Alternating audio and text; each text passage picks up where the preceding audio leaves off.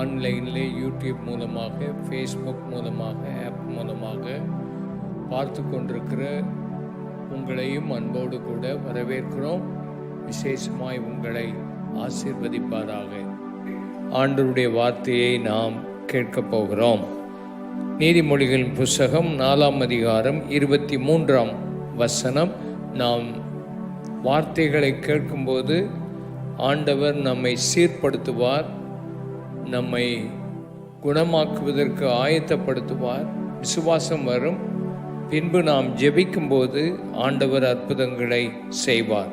நீதிமொழிகள் 4:23 வாசிப்போம். எல்லா காவலோடும் உன் இருதயத்தை காத்துக்கொள், உன் இருதயத்தை காத்துக்கொள். அதனிடத்து நின்று ஜீவ ஊற்று புறப்படும். ஜீவ ஊற்று புறப்படும். எல்லா காவலோடும் உன் இருதயத்தை காத்துக்கொள். அந்த இருதயத்தில் இருந்து ஜீவ ஊற்று புறப்படும். எல்லா காவலோடும் ஏன் இருதயத்தை காத்துக்கொள்ள வேண்டும்? நம்முடைய வாழ்க்கையில் உள்ளே இருந்துதான் நிறைய பாவங்கள் இருதயத்திலிருந்து தான் வெளிப்படுகிறது. வெளியில நம்மை பார்க்கும்போது நல்லவர்களாக தெரியும். ஆனால் நம்மை யாராவது நம்மை காயப்படுத்தினால், வேதனைப்படுத்தினால், யாராவது உதவி செய்யாமல் விட்டால் நமக்குள்ளே இருந்து அநேக காரியங்கள் வெளிப்படுகிறது. சில நேரங்களில் சில ஆட்களை பார்க்கும்போது வெளியே தெரியாது. போன வாரத்தில் ஒரு ஆளை பிடித்திருக்கிறார்கள். அவன் ஒரு ஊழியனை போல அவன் நடித்து அந்நிய பாஷைகளையும் பேசி ஆட்களுக்கு நான் சுகம் கொடுக்க போகிறேன்னு சொல்லி பெண்கள், இந்த தனியாக இருக்கிற பெண்கள், பயந்திருக்கிற பெண்கள் இவருடைய வீடுகளுக்குள்ளே போய் இந்த மாதிரி தானா சும்மா ஒரு அந்நிய பாஷையை பேசி அவங்களுக்கு ஜோம் பண்ணுற மாதிரி ஜோம் பண்ணி அவங்கள ஏமாற்றிருக்கிறான். அவனை போலீஸ் பிடிச்சி அவனை ஜெயிலில் வச்சுருக்கான். அவனை ஜெயிலில் வச்சுருக்கும் போது அங்கே உள்ள ஒரு போலீஸ்காரன் கேட்குறான், நீ எப்படி ஆட்களை ஏமாத்தினா, நீ எப்படி நீ நடிச்சான்னு காமி அப்படின்னு சொன்னால் அவன் நடித்து காமிக்கிறான்.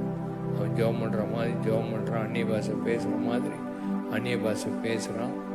ஆனால் அவனுடைய மனசுக்குள்ளே பணம் பிடுங்கணும், இந்த ஆட்கள்கிட்ட இருந்து பணம் வாங்கணும் அப்படிங்கிற நோக்கத்தோடு தான் அந்த மாதிரி செய்கிறான். இப்படி தான் நிறைய பேர் வெளியே பார்க்கறதுக்கு நல்லவர்கள் போல இருப்பார்கள், உள்ளேயோ அவருடைய வாழ்க்கை வித்தியாசமாக இருக்கிறதை பார்க்குறோம். அதனால் உங்கள் வாழ்க்கையில் உங்கள் இருதயத்தை காத்துக்கொள்ளுங்கள். மார்க் 7ஆம் அதிகாரம் 21, 22, 23ஆம் வசனத்தை வாசிக்கும்போது இருதயத்திலிருந்து என்னெல்லாம் வருகிறது என்று வேதம் சொல்லுகிறது.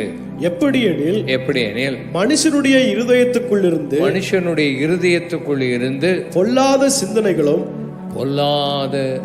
சிந்தனைகள் உண்டாகிறது.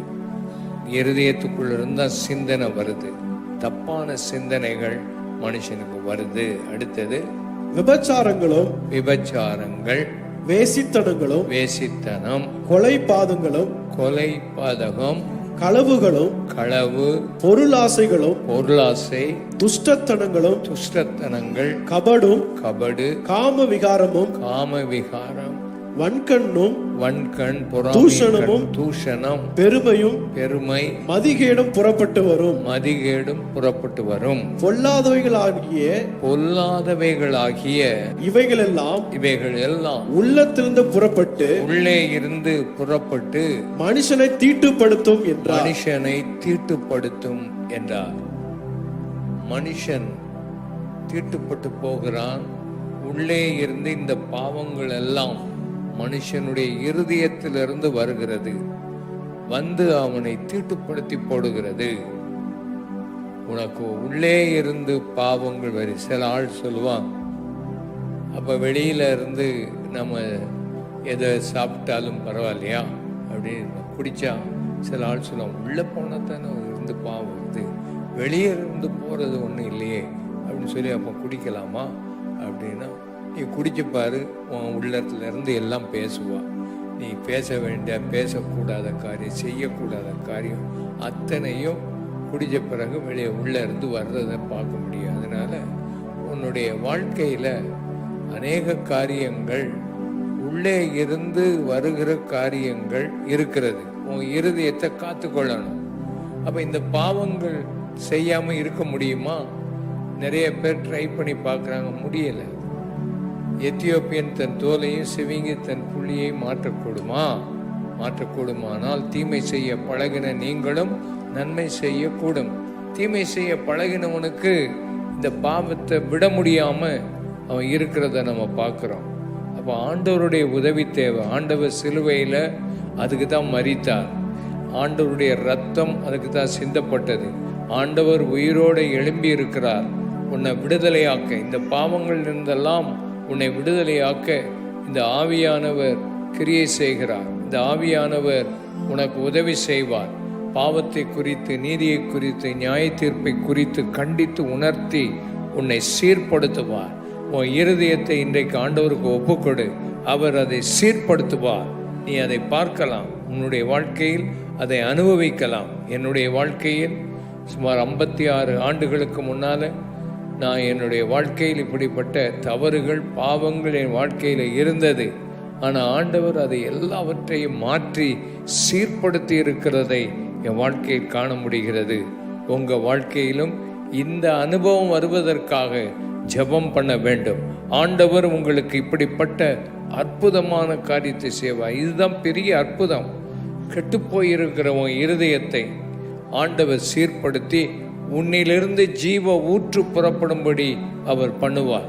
இதுவரைக்கும் உனக்குள்ள அழுக்கான காரியங்கள் இருந்தது, அழுக்கான காரியங்கள் நீ செய்து வந்தாய். ஆனால் ஆண்டவர் இனிமேல் உன் வாழ்க்கையில் இருந்து ஒரு நல்ல ஒரு வித்தியாசமான காரியத்தை செய்வார். உனக்குள்ளிருந்து ஜீவ ஊற்று புறப்படும். ஜீவ ஊற்று என்று சொன்னால் அது போகிற இடமெல்லாம் ஆரோக்கியம் வரும்.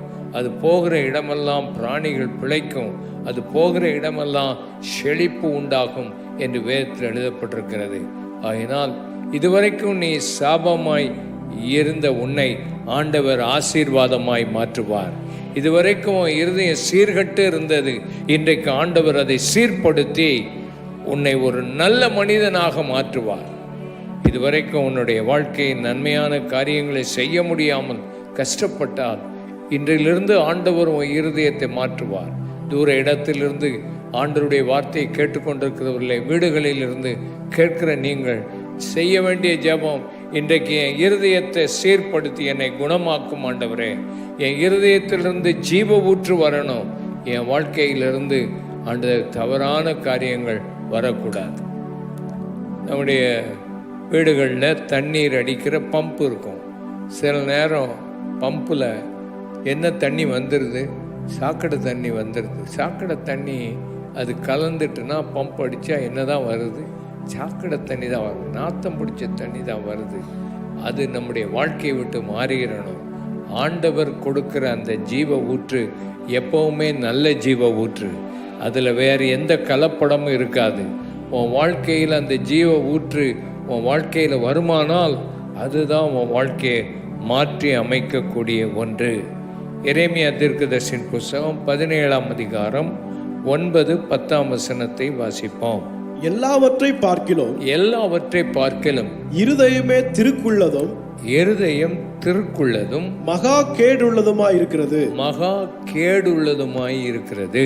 அதை அறியத்தக்கவன் யார்? உன் இருதயத்தை உன்னாலேயே சில நேரம் அறிய முடியாது.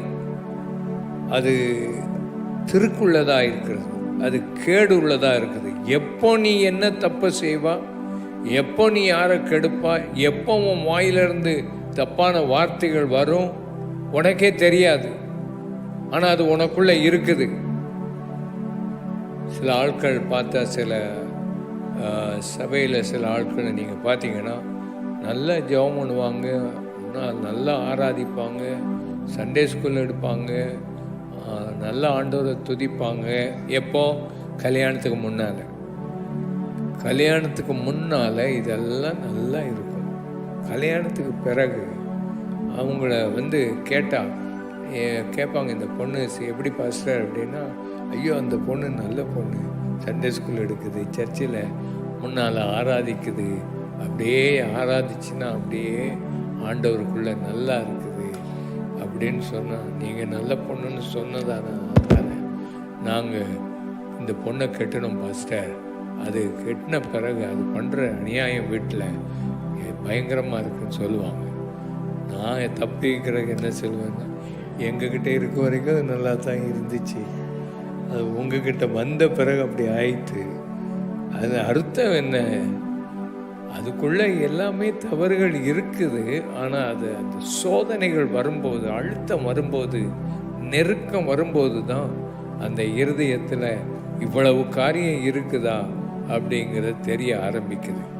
அப்போ உங்ககிட்ட அப்படி தவறான காரியம் இருக்கிறது வெளியே வந்துச்சுன்னா தப்பு ஒன்றும் இல்லை. அதை கண்டுபிடிச்சி, ஆண்டவரே இதெல்லாம் என்னை மாற்றி என் இருதயத்தை சீர்படுத்தும்னு ஜெபம் பண்ணால் ஆண்டவர் அடுத்த முறை உங்களை நல்ல விதத்தில் கொண்டு வருவார். உங்கள் கோபம், உங்கள் எரிச்சல்கள் மாறி ஆண்டவர் உங்களை சீர்படுத்துவதை காண முடியும். ஆனால் உங்கள் இருதயத்துக்குள்ளே இருக்கிறத அறிய முடியாது. அந்த இருதயம் மகா பயங்கரமானது, திருக்குள்ளது, அது கேடுள்ளதுமாக இருக்கிறது.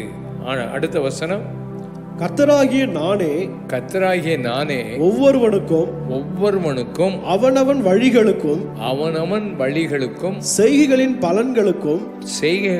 பலன்களுக்கும் தக்கதை கொடுக்கும்படிக்கு இருதயத்தை ஆராய்கிறவரும் உள்ளந்திரியங்களை சோதிக்கிறவருமாயிருக்கிறேன். உள்ளிந்திரியங்களை சோதிக்கிறவருமாக இருக்கிறேன். ஒரு இருதயத்தை ஆராய்கிறவரும், உள்ளிந்திரியங்கள் உள்ளே இருக்கிறதை சோதிக்கிறவரும் ஒரு ஆண்டவர் இருக்கிறார். அவர்கிட்ட போய் ஜெபம் பண்ணணும். ஆண்டவரே, என் செய்கைக்கு தக்கதாக, என் வழிகளுக்கு தக்கதாக நீ பலன் கொடுக்கிற தேவன். சில நேரம் சில ஆட்களை பார்த்தா நல்லா இருக்கும், நல்ல குடும்பமாக இருக்கும்னா அவங்களுக்கு ரொம்ப கஷ்டங்கள், போராட்டங்கள், நெருக்கங்கள் வரும். நமக்கே தெரியாது, விளங்காது. ஏன் ஆண்டவரே இவங்களுக்கு இவ்வளவு கஷ்டங்கள், இவ்வளவு நெருக்கங்கள், திடீரென்று பல காரியங்கள்? அதனால் எல்லாருமே தவறு செய்ததுனால, பாவம் செய்ததுனால அவங்களுக்கு அவ்வளோ கஷ்டம் வருதுன்னு நினச்சிடக்கூடாது. சில நேரம் நம்ம தவறு செய்யாட்டாலும் நம்ம வாழ்க்கையில் கஷ்டங்கள் உண்டு, நெருக்கங்கள் உண்டு, பாடுகள் உண்டு. ஆனால் சிலருக்கு அவனுடைய வழிகளுக்கு தக்கதாக, அவனுடைய செய்கைகளுக்கு தக்கதாக ஆண்டவர் பலன் அளிப்பார். எப்படி பலன் அளிக்கிறார்? அவனுடைய இருதயத்தை ஆண்டவர் ஆராய்ந்து பார்ப்பார், அவனை சோதித்து பார்ப்பார். சோதித்து பார்த்து அவனுடைய கிரியைகளுக்கு தக்கதாக பலன் அளிப்பார். இன்றைக்கு இந்த சாயந்தர வேளையில் ஆண்டவருடைய சமூகத்துக்கு வந்திருக்கிற உன் வாழ்க்கையில் தவறான வழிகள், தவறான பாதைகள் உனக்கு இருக்குமானால் இன்றைக்கு அதை விட்டுவிடு. ஆண்டவர் உன்னை ஆராய்ந்து பார்க்கிறார். ஆண்டவர் உன்னை உள்ளிந்திரியங்களை அவர் சோதித்து பார்க்கிறார், நீ எப்படி இருக்கிறாய் என்று. நீ சரியாகி சீர்பொருந்தி விட்டால் இன்றைக்கு உனக்கு அதற்கேற்ற பலனை ஆண்டவர் தருவார். ஆண்டவர் உனக்கு நல்ல சுகத்தை தருவார். ஆண்டவர் உனக்கு அற்புதத்தை செய்ய வல்லமையுடையவராக இருக்கிறார். உண்மையாக தூரத்திலிருந்து, வீடுகளிலிருந்து ஆண்டவருடைய வார்த்தையை கேட்டுக்கொண்டிருக்கிற உன் வழிகள் எப்படி இருக்கிறது? உன்னுடைய இருதயம் எப்படி இருக்கிறது? உன்னுடைய செய்கைகள் எப்படி இருக்குது? யோசித்துப்பார். உன்னுடைய வாழ்க்கையை மாற்றிவிடு. ஆண்டவர் நிச்சயம் உன்னை ஆசீர்வதிப்பார். ஆண்டவர் உன்னை மாற்றுவார்.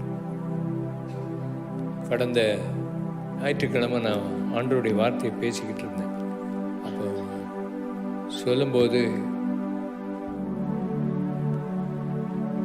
முதுகில், ஒய்ஃப் முதுகில், புருஷன் முதுகை பரண்டி விட்டுறான் கோபத்தில் அப்படின்னு சொன்னேன். பிறகு சண்டை, வீட்டுக்குள்ள சண்டை வந்து பாத்திரங்கள், சட்டிப்பான அத்தனை உடைச்சிடும். அதே மாதிரி ஒரு ஃபேமிலி அன்னைக்கு வந்திருக்கிறாங்க. அதே மாதிரி வீட்டில் அந்த அம்மா பரண்டை, இவர் சட்டிப்பானையில் உடைக்க வந்து 2 பேருமே, நான் தற்செயல சும்மா தான் சொல்லிக்கிட்டு இருந்தேன். அப்படி இருக்கும்போது அவங்க 2 பேரும் அந்த செய்தியை கேட்டுட்டு வீட்டுக்கு போய் மனம் திரும்பி ஒருத்தருக்கு ஒருத்தர் சண்டை போடுறத நிப்பாட்டி தங்கள் வாழ்க்கையை மாற்றி கொண்டார்கள். தங்களுடைய வாழ்க்கையை மாற்றி கொண்டார்கள். உங்கள் வாழ்க்கை மாறணும், சீர்பொருந்தணும். அப்படி இருக்கும்போது தான் ஆண்டவர் அற்புதங்களை செய்ய முடியும். உங்கள் வாழ்க்கை மாறட்டும். ஆண்டவர் என்ன செய்கிறார்? 1 சாமுவேல் 16ஆம் அதிகாரம் 7ஆம் வசனம். கர்த்தர் சாமுவேலை நோக்கி, நீ இவனுடைய முகத்தையும் இவனுடைய சரீர வளர்ச்சியையும் பார்க்க வேண்டாம். நான் இவனை புறக்கணித்தேன். மனுஷன் பார்க்கிறபடி நான் பாரேன். மனுஷன் முகத்தை பார்ப்பான். கர்த்தரோ இருதயத்தை பார்க்கிறார் என்றான். ராஜாவாக அபிஷேகம் பண்ண தாவீதினுடைய தகப்பன் அந்த வீட்டுக்கு சாமுவேல் போனார். அந்த வீட்டில் நிறைய பிள்ளைகள். அதில் மூத்தவன் வருகிறான். இப்போ மூத்தவன் தானே ஒரு தீர்க்கதரிசி. அவன் முகத்தை தான் பார்க்குறான். அவனுடைய சரீர வளர்ச்சியை பார்க்குறான். அவனை பார்த்த உடனே வெளியே பார்க்கும்போது அவன் சரீர வளர்ச்சி, அவன் முகத்தை பார்த்தா இவன் தான் ராஜாவாக இருக்கிறதுக்கு சரியான ஆளு அப்படின்னு அபிஷேகம் பண்ண போகிறான். ஆண்டவர் சொல்கிறார், நீ இவன் முகத்தை பார்க்குறாப்பா, இவனுடைய சரீர வளர்ச்சியை பார்க்குறான். நான் இவனை புறக்கணித்தேன். இவன் அல்ல. நான் தெரிந்து கொள்ளுகிறவன் இவன் அல்ல. சில நேரத்தில் சில ஆட்களை பார்த்தா வாட்ட சாட்டமா ரொம்ப நல்ல ஆள் மாதிரி தெரியும். ஆனால் ஆண்டவர் இருதயத்தை பார்க்குறார். உள்ள எப்படி இருக்கிறார், உன் இருதயம் எப்படி இருக்குது, உன் உள்ள இருக்கிற குணம் எப்படி இருக்குது, அதைத்தான் ஆண்டவர் பார்க்குறார். உன் படிப்பை பார்க்க மாட்டார் ஆண்டவர். உனக்கு எவ்வளோ பணம் இருக்குன்னு பார்க்க மாட்டார். உனக்கு எவ்வளோ செல்வம் இருக்குன்னு பார்க்க மாட்டார். ஆண்டவர் உன் இருதயத்தை பார்ப்பார். உன் இருதயம் எப்படி இருக்குது? உன் வாழ்க்கையில் இன்றைக்கு ஆண்டவருடைய சமூகத்துக்கு வந்திருக்கிற நீங்கள், ஆண்டவர் உங்கள் இருதயத்தை பார்க்கிறார். ஒரு திமிர்வாதக்காரனை சுகப்படுத்துவதற்காக கொண்டு வந்த போது ஆண்டவர் அங்கு கொண்டு வந்த அந்த ஆட்களுடைய விசுவாசத்தை பார்த்தார். அதே சமயத்தில் அந்த திமிர்வாதக்காரனை பார்த்தபோது அவனுடைய இருதயத்தை பார்க்கிறார். அவனுக்கு உள்ள பாவங்கள் இருக்கிறத பார்க்கிறார். இயேசு முதலாவது சொன்னார், உன் பாவங்கள் உனக்கு மன்னிக்கப்பட்டது, உன் படுக்கையேடு, இனிமே உனக்கு சுகம் லேசாக கிடைச்சிடும். உன் பாவம் மன்னிக்கப்பட்டிருக்குமானால் ஆண்டவர் உன்னை சுகமாக்க வல்லமை உடையவர். உன் இருதயத்தை பார்க்கிறார். உன் இருதயத்தை சீர்படுத்து. தூரத்தில் இருந்து ஆண்டவருடைய வார்த்தையை வீடுகளிலிருந்து கேட்டுக்கொண்டிருக்கிற யாராக இருந்தாலும் சரி, இன்னைக்கு ஆண்டவரை என் இருதயத்தை சரியாக்கும், என் பாவங்களை மன்னியும், என் உள்ள இருக்கிற எல்லா காரியங்களையும், எனக்குள்ள இருக்கிற கோபம், எனக்குள்ள இருக்கிற எரிச்சல், எனக்குள்ள இருக்கிற குறை சொல்லுகிற ஆவிகள், எனக்குள்ள கடன் வாங்கி பிழைக்கிற மற்றவங்களை ஏமாற்றுகிற ஆவிகள், இதெல்லாம் மாற்றி சண்டை குணத்தை மாற்றி எனக்குள்ள நல்ல குணம் வரணும். சீர்படுத்தும் என் இருதயத்தை, சரிப்படுத்தும் என் இருதயத்தை கேளு. ஆண்டவர் உன்னை சரிப்படுத்தி சீர்படுத்தி உன்னை சுகமாக்குவார். சங்கீதம் 51:10 என்ன சொல்லுகிறது? தேவனே சுத்த இருதயத்தை என்னிலே சிருஷ்டியும். சுத்தமான ஒரு இருதயத்தை என்னிலே சிருஷ்டியும்.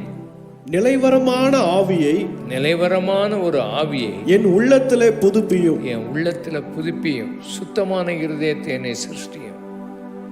இந்த சங்கீதக்காரன் தவறு செய்து விட்டான், பாவம் செய்து விட்டான். அவனுடைய வாழ்க்கையில் அவன் தன் பாவத்தை அறிக்கை பண்ணி ஜெபிக்கிற ஒரு ஜெபம் இந்த சங்கீதத்தில் இருக்குது. அவன் சந்தோஷத்தை இழந்துட்டான். பரிசுத்த ஆவியானவரை அவன் இழந்துட்டான். அவன் கேட்குற, ஆண்டவரே ஒரு சுத்தமான இருதயத்தை எனக்குள்ள உருவாக்கும் ஆண்டவரே. நம்மளும் அதைத்தான் கேட்கணும். இந்த உலகத்தில் ரொம்ப முக்கியம் சுத்தமான இருதயம். ஆண்டவர் நம்முடைய இருதயத்தை சுத்தப்படுத்துவார். நம்ம இருதயம் அவரை நம்பணும், அவரை விசுவாசிக்கணும். நீ நம்பினால், உன் இருதயம் அவரை நம்புமானால் உன் வாழ்க்கை செழிப்பாகும். அது தண்ணீர் நிறைந்த ஒரு தோட்டத்தில் இருக்கிற மரத்தை போல செழிப்பாகும். அது உஷ்ண காலத்தில் வறட்சி ஆகாது. ஆனால் உன் நம்பிக்கை அவர் மேலே வைக்கலைன்னா உன் இருதயம் சோர்ந்து போயிருக்கும். இன்னைக்கு உன் நம்பிக்கை யார் மேலே வச்சிருக்கிறார்? இந்த ஆண்டவர் மேலே வைத்து விடு. அவரே சார்ந்துரு. கர்த்தர் உனக்கு அற்புதம் செய்வார். நீ விசுவாசிக்கிறபடி உனக்கு ஆகும். சுத்த இருதயத்தை கர்த்தர் உன்னிலே சிருஷ்டிப்பார். ஒரு நிலைவரமான ஆவி. ஆண்டவரை சுகத்துக்காக மாத்திரம் நீ ஏற்றுக்கொண்டு வரமாட்டான்.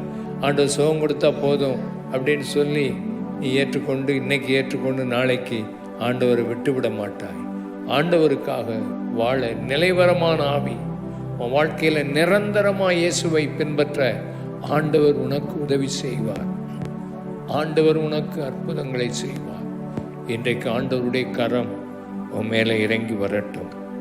ஆண்டவர் உனக்கு ஒரு விசுவாசம் உள்ள ஒரு இருதயத்தை ஆண்டவர் உனக்கு தருவாராக. சுத்த இருதயம் உள்ளவர்கள் தேவனை தரிசிப்பார்கள் என்று வேதம் சொல்லுது. அவர்கள் தான் பாக்கியவான்கள். உன்னுடைய வாழ்க்கையில் சுத்த இருதயம் எப்படி வரும்? உங்ககிட்ட தவறான வாழ்க்கை இருந்தால் அதை அறிக்கை பண்ணிடணும், அதை விட்டுறணும். ஆண்டவரே எனக்கு சுத்தமான இருதயத்தை தாரும் என்று கேட்டு அறிக்கை பண்ணினார் ஆண்டவர் அற்புதங்களை செய்வார். அப்போஸ்தலர் 8:21-22 வாசிப்போம். ஆகையால் நீ உன் துர்க்குணத்தை விட்டு மனம் திரும்பி தேவனை நோக்கி வேண்டிக்கொள். ஒருவேளை உன் இருதயத்தின் எண்ணம் உனக்கு மன்னிக்கப்படலாம். 21 வாசிங்க. உன் இருதயம் தேவனுக்கு முன்பாக செம்மையாய் இராதபடியினால் இந்த விஷயத்திலே உனக்கு பங்கும் இல்லை பாகமும் இல்லை. உன் இருதயம் தேவனுக்கு முன்பாக செம்மையாய் இருக்கணும். உன்னுடைய துர்க்குணத்தை விட்டு விலகி. யாரை பார்த்து சொல்லப்படுகிறது? ஒரு மாயக்காரன் ஒரு ஊர்ல இருந்தான். அவன் தான் பெரிய சக்தி என்று எண்ணினார்கள். அவன் தன் மந்திர வித்தைகளினாலே பெரிய காரியங்களை செய்து வந்தான். ஊராரே அவனை பெரிய மனுஷனாக எண்ணினார்கள். ஆனால் இயேசுவின் நாமத்தினால அங்குள்ள ஊழியர்கள் பெரிய அற்புதங்களை செய்ததுனால அவனும் இயேசுவை நான் ஏற்றுக்கொள்கிறேன் அப்படின்னு சொல்லி இயேசுவை ஏற்றுக்கொண்டான். ஞானஸ்நானம்லாம் எடுத்தான். அங்கே அவர்கள் சில ஆட்கள் மேலே கைகளை வைக்கும்போது பரிசுத்த ஆவியானவர் இறங்கினதை பார்த்தான். பரிசுத்த ஆவியானவர் வந்ததை அவன் பார்த்தவுடனே அவன் அப்போஸ்தலரிடத்தில் போய் நானும் இப்படிப்பட்ட வரத்தை பெறணும் அப்படின்னு சொல்லி கொஞ்சம் பணத்தை கொடுத்து அவன் அந்த அந்த அந்த வரத்தை பெறணும்னு பார்த்தான். நம்ம ஆண்டவருக்கு எதோ லஞ்சம் கொடுக்க முடியாது. உலகத்தை எதையாவது பெறணும்னா மனுஷனுக்கு லஞ்சம் கொடுத்தா இந்த காலத்தில் நீங்கள் பார்த்தீங்கன்னா எல்லா இடத்துக்கு போனாலும் எதைத்தான் கேட்குறான்? லஞ்சம் தான் கேட்குறான். ஒரு பட்டாவை மாற்ற முடியலை. பட்டாவை ஒழுங்காக இருக்கிற பட்டாவை மாற்ற முடியலை. ஆன்லைனில் எல்லாத்தையும் போடணும். இப்போ ஆன்லைனில் போடணுமா? அந்த ஆன்லைனில் உட்காந்துருக்கான் பார்த்தீங்களா? அவன் இந்த பட்டனை அங்கங்கே அமுக்கிறதுக்கு அவனுக்கு போட்டால் தான் பட்டன் அவன் கையை அமுக்குது, இல்லாட்டா அமுக்க மாட்டேன். அப்போ இந்த உலகமே இந்த பணத்தில் தான் இருக்கு. அப்போ அவன் இருதயம் சரியில்லாமல் இருக்குது. அவன் மனம் திரும்பினாலும் அவன் அதிசயங்களை பார்த்து அற்புதங்களை பார்த்து நம்மளை விட பெரிய காரியம் இந்த ஊழியக்காரர் செய்கிறாங்கன்னு சொல்லி ஞானஸ்நானம்லாம் எடுத்துட்டான். ஆனால் அவன் இருதயம் இன்னும் சரியாகலை. நிறைய பேர் அப்படித்தான் ஒரு அற்புதத்தை கண்டு ஞானஸ்நானம் எடுத்துருவாங்க, இருதயம் சரியில்லாமல் இருக்கும்.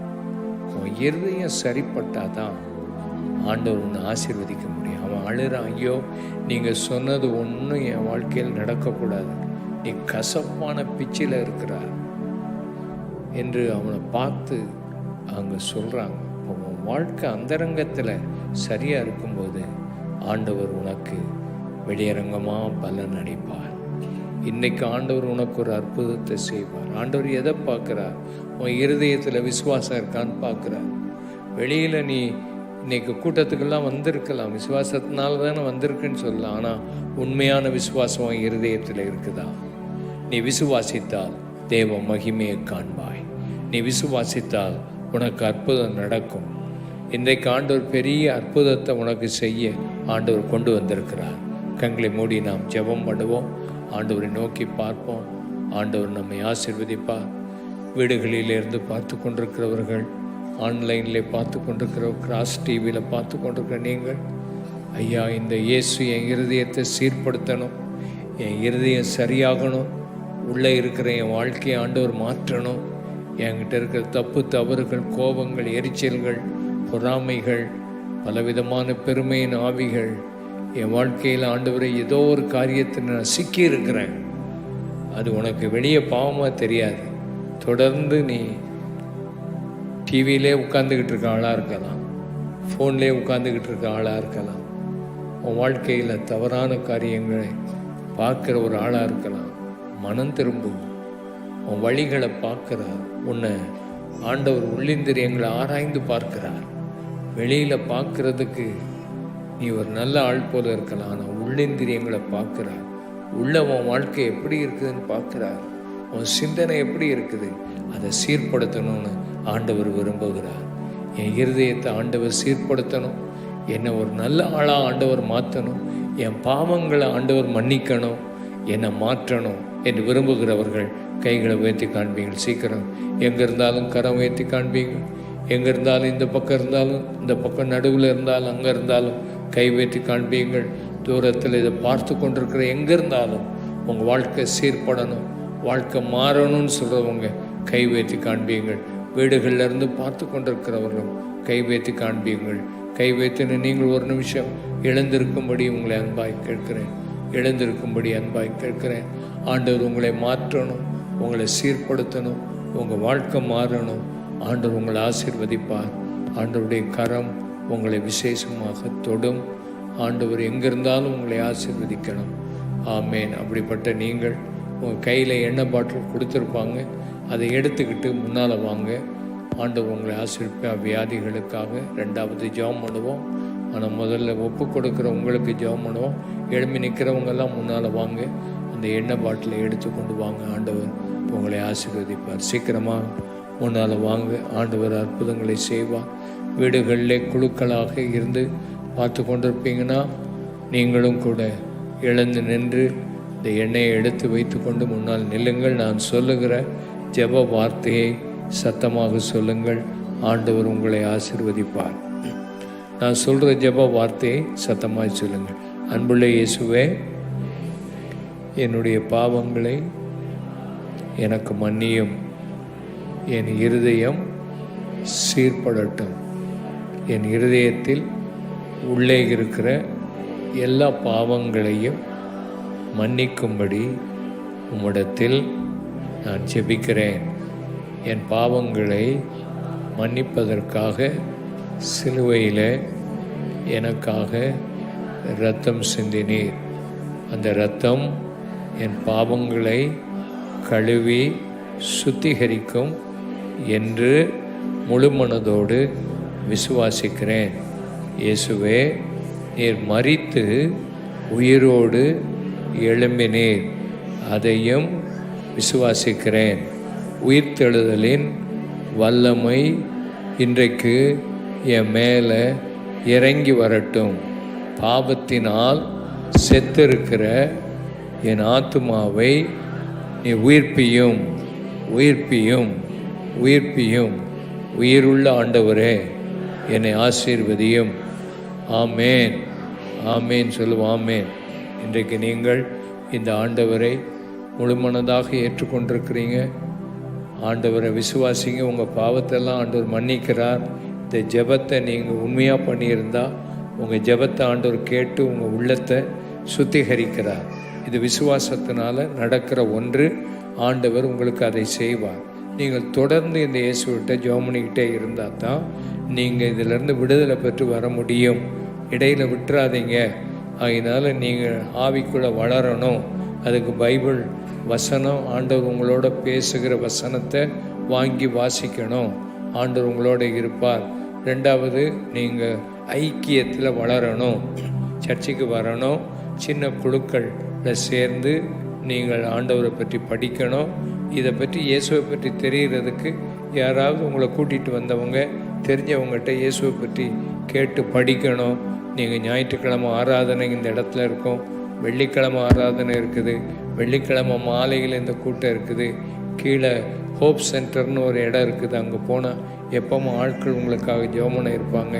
நீங்கள் நான் ரட்சிக்கப்பட்டிருக்கிறேன், இந்த கூட்டத்துக்கு வந்தேன்னு சொல்லி அங்கே போய் ஜெபம் பண்ணலாம். வீடுகளில் இருக்கிறவங்க உங்கள் லீடர்ஸோட பேசுங்க. ஆண்டவர் உங்களை ஆசீர்வதிக்கிறதை காண முடியும். ஆமேன்.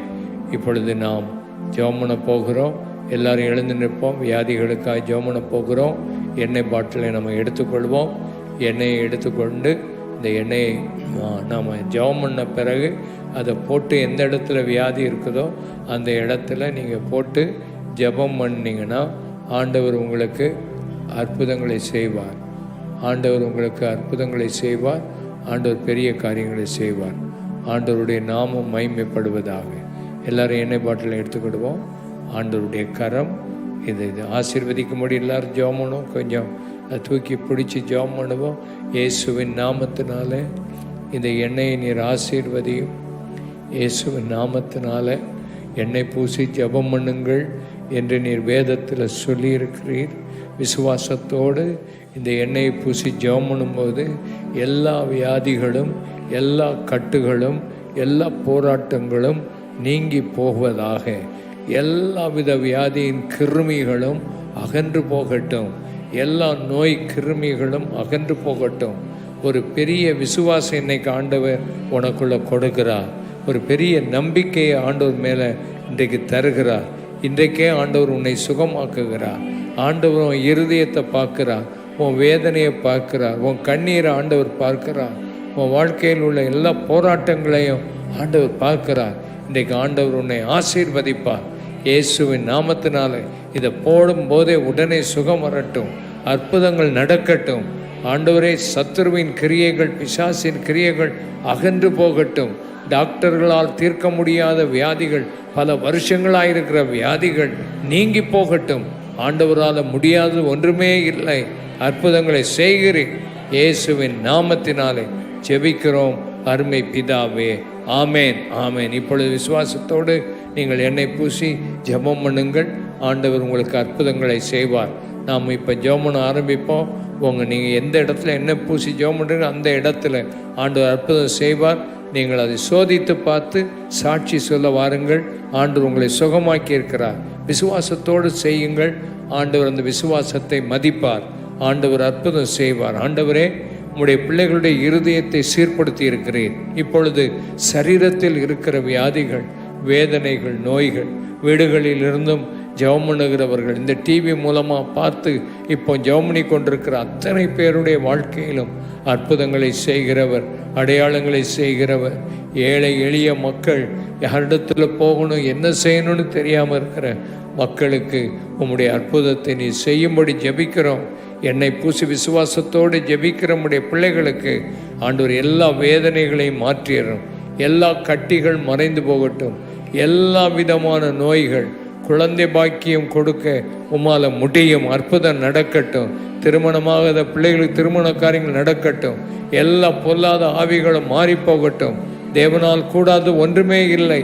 உச்சந்தலையிலிருந்து உள்ளங்கால் வரைக்கும் அற்புதங்கள் நடக்கட்டும். ஆண்டவரே, கேன்சர் கட்டிகள் மறையட்டும். குடல் புண்கள் சுகமாகட்டும். வயிற்று வலிகள் சுகமாகட்டும். கைகள் கால்கள் அசைக்க முடியாது, தூக்க முடியாதவர்கள், நடக்க முடியாதவர்கள் நடக்கட்டும். ஆண்டவரே, பலவிதமான டைரியாவினாலும் லூஸ் மோஷன்னாலும் கஷ்டப்படுகிற பிள்ளைகளை நீர் தொட்டு சுகமாக்கும்படி ஜெபிக்கிறோம். ஆண்டவருடைய நாமத்தினால் இருதய வியாதிகளை சுகமாக்குகிறதற்காக ஸ்தோத்திரம். ஆண்டவர் கண்களில் இருக்கிற வியாதிகளை தொட்டு சுகமாக்கி கண்கள் திறக்கப்படட்டும், செவிட்டு ஆவிகள் வெளியேறட்டும், செவிட்டு காதுகள் திறக்கட்டும், கழுத்து நரம்புகளை தொட்டு சுகமாக்கும், இரத்த ஓட்டம் சீராகட்டும். ஆண்டவரே, இப்பொழுதே சரீரத்தில் நல்ல பலன் உண்டாகும்படி ஜெபிக்கிறோம். அற்புதங்களை செய்கிறீர், அடையாளங்களை செய்கிறீர். உம்முடைய நாமத்தை நேர் மகிமைப்படுத்தும்படி நாங்கள் ஜெபிக்கிறோம். உம்முடைய கிருபை கூட இருக்கட்டும். ஆண்டவருடைய நாமம் மகிமைப்பட்டு உம்முடைய பிள்ளைகளை ஆசீர்வதியும். கர்த்தாவே, இடுப்பு எலும்புகளை சுகமாக்கும். ஆண்டவரே, இடுப்புகள் முறிந்திருக்கிறவர்கள் சுகமாகட்டும். ஆண்டவரே, அந்த ஸ்பைனல் கார்டில் இருக்கிற பிரச்சனைகளை எல்லாமே மாற்றிவிடும். ஆண்டவரே, தொண்டையில் மூக்கில் இருக்கிற பிரச்சனைகள் மாறட்டும், காதுகளில் இருக்கிற பிரச்சனைகளை மாற்றிவிடும். இயேசுவே, நரம்பு தளர்ச்சி வியாதிகளை மாற்றி சுகமாக்கும்படி நாங்கள் ஜெபிக்கிறோம். எல்லா நரம்புல இருக்கிற வியாதிகள் மாறி போகும்படி ஜெபிக்கிறோம். எல்லாரையும் தொட்டு ஆசீர்வதியும். ஒவ்வொரு மேலும் கைகளை நீர் வைத்தருளும். ஒவ்வொரு மேலும் பலன் உண்டாகட்டும். உன் பலவீனம் உன் சரீரத்தை விட்டு மாறிவிட்டது. கர்த்தர் உன்னை பலப்படுத்துகிறார். நீ குதித்து எழும்பி மான் கால்களைப் போல நடக்க உனக்கு பலன் கொடுக்கிறார். உன் வீட்டுக்குள்ள சமாதானத்தை ஆண்டவர் அருளி செய்கிறார். சமாதானம் உண்டாவதாக. வீட்டுக்குள்ள இருக்கிற குழப்பங்கள், பிரச்சனைகள், கடன் தொல்லைகளை மாற்றிவிடும். ஒவ்வொரு மக்களையும் ஆசீர்வதி. இன்றைக்கு வந்த எல்லாரையும் ஆசீர்வதிக்கிறதுக்காய் ஸ்தோத்திரம். விடுதலை கொடுத்திருக்கிறீர். ஆண்டவர், நாங்கள் சொல்லாத எந்த வியாதிகள் இருந்தாலும் உம்முடைய பிள்ளைகளை தொட்டு சுகமாக்கும். ஆண்டவரே, அசுத்த ஆவிகளெல்லாம் வெளியேறட்டும். எந்த கேன்சர்கள் இருந்தாலும் அது சுகமாகட்டும். உம்முடைய பிள்ளைகளுக்கு விடுதலை கொடுத்து இயேசுவின் நாமத்தில் ஜெபிக்கிறோம் அருமை பிதாவே. எல்லாரும் ஆமேன் சொல்லுவோம். ஆமேன்.